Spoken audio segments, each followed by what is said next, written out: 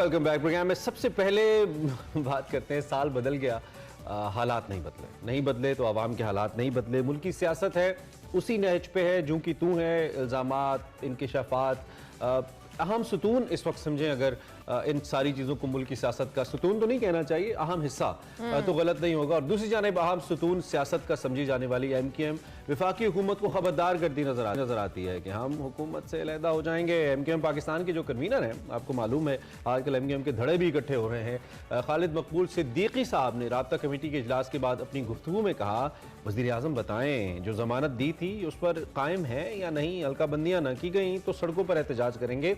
ये हुकूमत का हिस्सा जमात कह रही है, और वो जमात कह रही है जिसकी अपनी पार्टी मेंबर गवर्नर है इस वक्त सिंध में। इलेक्शन कमीशन 15 जनवरी से पहले कराची, हैदराबाद में हल्का बंदियां करे। खालिद मकबूल सिद्दीकी ने मजीद कहा कि बल्दियाती इंतखाबात में प्री पोल रैंकिंग हो चुकी है और ये सूरत हाल रही तो फैसला करेंगे कि हुकूमत में रहकर या अलहदा होकर इलेक्शन लड़ना है। हमारे बगैर इंतखाबात की कोई हैसियत नहीं होगी और सिंध में जो हल्का बंदियां की गई हैं वो इलेक्शन कमीशन के बरखिलाफ हैं। दूसरी जानिब गुज़िश्ता रोज सहाफियों के वफ्द से मुलाकात की और कहा कि साबिक आर्मी चीफ कमर जावेद बाजवा ने कमर पर छुरा मारा था और हमदर्दी भी कर रहे थे। जनरल बाजवा ने आखिरी मुलाकात में कहा कि आप प्ले बॉय हैं, जिस पर जवाब दिया कि हाँ मैं प्ले बॉय रहा हूँ। जनरल बाजवा एहतसाब नहीं करना चाहते थे, इसलिए ताल्लुकात खराब हुए। जनरल बाजवा ने हुसैन हक्कानी को लॉबिंग के लिए अमेरिका में हायर किया। डॉन लू को पाकिस्तान से सबक पढ़ाया गया। 3 अरकान पंजाब असम्बली को एतमाद के वोट के लिए एस्टेब्लिशमेंट ने न्यूट्रल रहने का भी कहा। भाई जनरल बाजवा पे बहुत तनकीद आ रही है और हर तरफ से आ रही है। कराची में MKM को जमा और BAP को पीपल्स पार्टी में शामिल कराया जा रहा है। दूसरी जानिब एस्टेब्लिशमेंट के हवाले से कहना था कि बहरानों से निकालने में अहम किरदार अदा कर सकती है। इस वक्त क्या MKM वफाकी हुकूमत के साथ इत्तेहाद कायम रखेगी?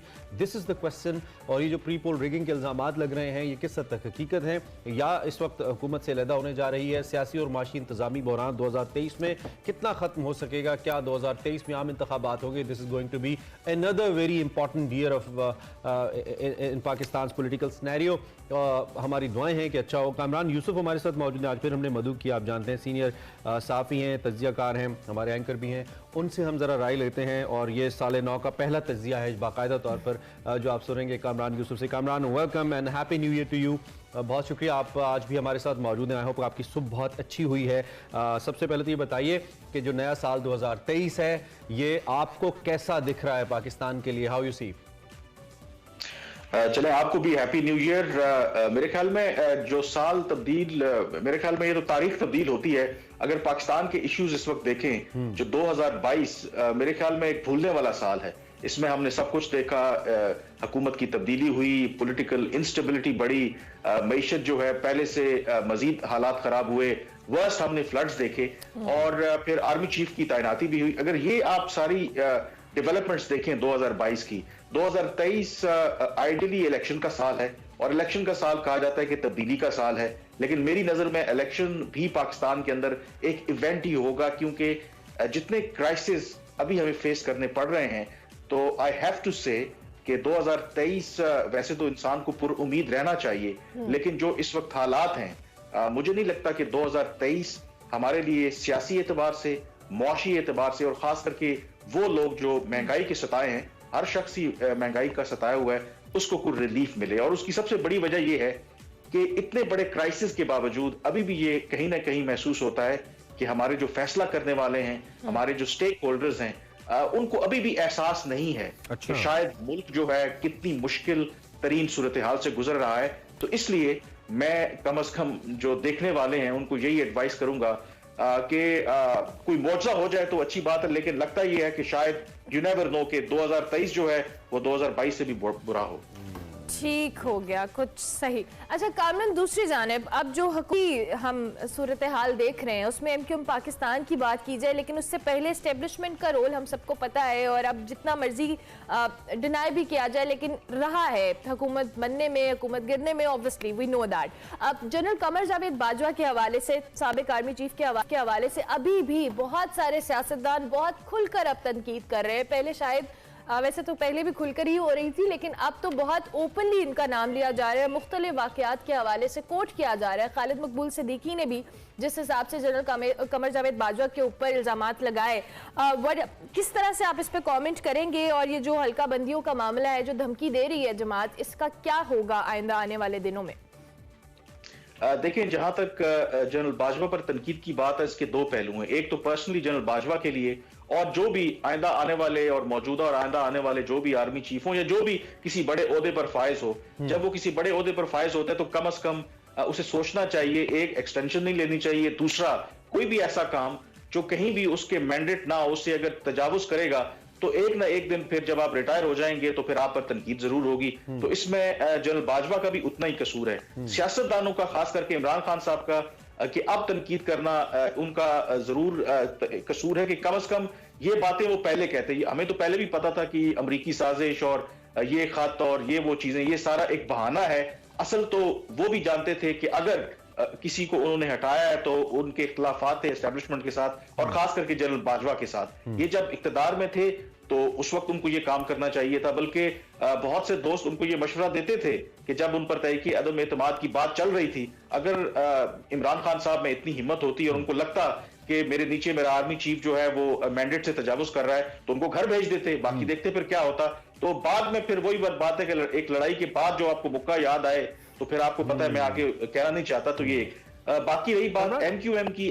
जी एमक्यूएम की बात आप करने लगे थे, मैं एक सवाल कर देता हूं, फिर आप तजिया कर लीजिएगा, क्योंकि एमक्यूएम के बारे में एक तासुर बहरहाल आपको मुझसे बहुत बेहतर पता है, ये मालूम है, ये मौजूद है। इसके एस्टेब्लिशमेंट से राब्ते रहे हैं, एस्टेब्लिशमेंट समहाउ बताती रही है, और अभी भी रिसेंटली ये जो अदम एतमाद की तहरीक आई थी उसमें भी एस्टेब्लिशमेंट और एमक्यूएम के और ख़ास तौर पे जो इनके रवाबित थे उसके बारे में कहा गया था, जो हमारे फॉर्मर लॉ मिनिस्टर थे उनके हवाले से। अभी ये जो तीन धड़े इकट्ठे होते हमें कराची में नजर आते हैं, एक तासुर ये मौजूद है कि शायद पीटीआई को टफ टाइम देने के लिए इन तीन धड़ों को कराची में इकट्ठा किया जा रहा है और इसके पीछे भी शायद एस्टेब्लिशमेंट है, एक तासुर मौजूद है। आप इस पे क्या राय रखते हैं? बिल्कुल, आई थिंक जो एमक्यूएम का जो आपने बैकग्राउंड और जो ओवरऑल माजी में भी बताया कि एमक्यूएम बुनियादी तौर पर अगर आप देखें कि हमेशा हमारे यहाँ जो अब हालिया सालों में जो गवर्नमेंट्स बनती रही हैं उनकी रिलायंस रही है इन छोटी जमातों के ऊपर, वो एमक्यूएम हो, वो क्यू लीग हो, और ये भी सारे लोग जानते हैं कि ये जमातें किसके कहने पर बड़े फैसले करती हैं। तो ये जो तासुर है इसकी वजह यही है कि इसका एक बैकग्राउंड है। और जो दूसरी आप बात करें, ये भी किसी हद तक इस बात पे वजन है कि बेशक एस्टेब्लिशमेंट अभी कहती है कि वो न्यूट्रल हो गए हैं, लेकिन ये भी तासुर कहीं आम है कि शायद इमरान खान साहब को कोशिश की जाएगी कि वो कभी भी दोबारा इख्तिदार में ना आए। उसकी बहुत सी वजूहात हैं। एक वजह तो ज़ाहिर एस्टेब्लिशमेंट के साथ जो उनकी लड़ाई है, दूसरा ये भी कहा जाता है कि शायद इमरान खान साहब के साथ जो तजुर्बा रहा है तकरीबन 4.25 साल का, वो शायद फिट नहीं है एक मुल्क का वज़ीर आज़म बनने के लिए। बहुत से ऐसे उनके अंदर प्रॉब्लम्स हैं, लेकिन जाहिर है कि अगर अवाम उनको इलेक्ट करना चाहें तो फिर तो आप उनको नहीं रोक सकते। लेकिन ये तासुर जो है किसी हद तक दुरुस्त है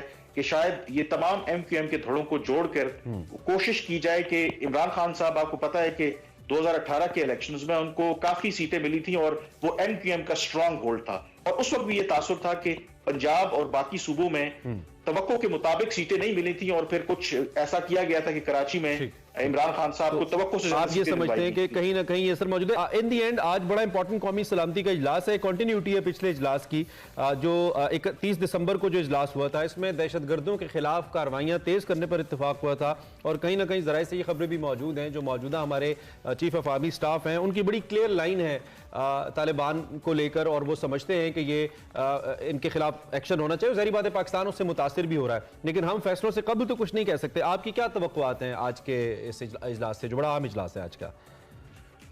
देखें, जो आपने जिक्र किया, जो फ्राइडे को इजलास हुआ था जी, उसमें 3 चीजों के ऊपर ब्रीफिंग हुई। एक सबसे पहले टॉप ऑफ द एजेंडा था मईशत, दूसरा था दहशतगर्दी और तीसरा था अफगानिस्तान।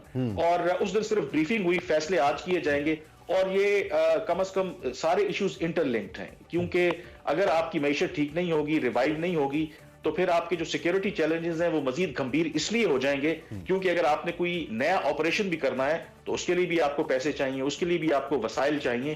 तो इसलिए आज का जो इजलास है ये मेरे ख्याल में किसी हद तक जो आपका सबसे पहले सवाल था कि 2023 कैसा होगा, ये एक डायरेक्शन जरूर तय करेगा। और अगर आप देखें तो आर्मी चीफ ने एक बात की थी कि उन्होंने ये कहा था कि मुल्क जो है इस वक्त नाजुक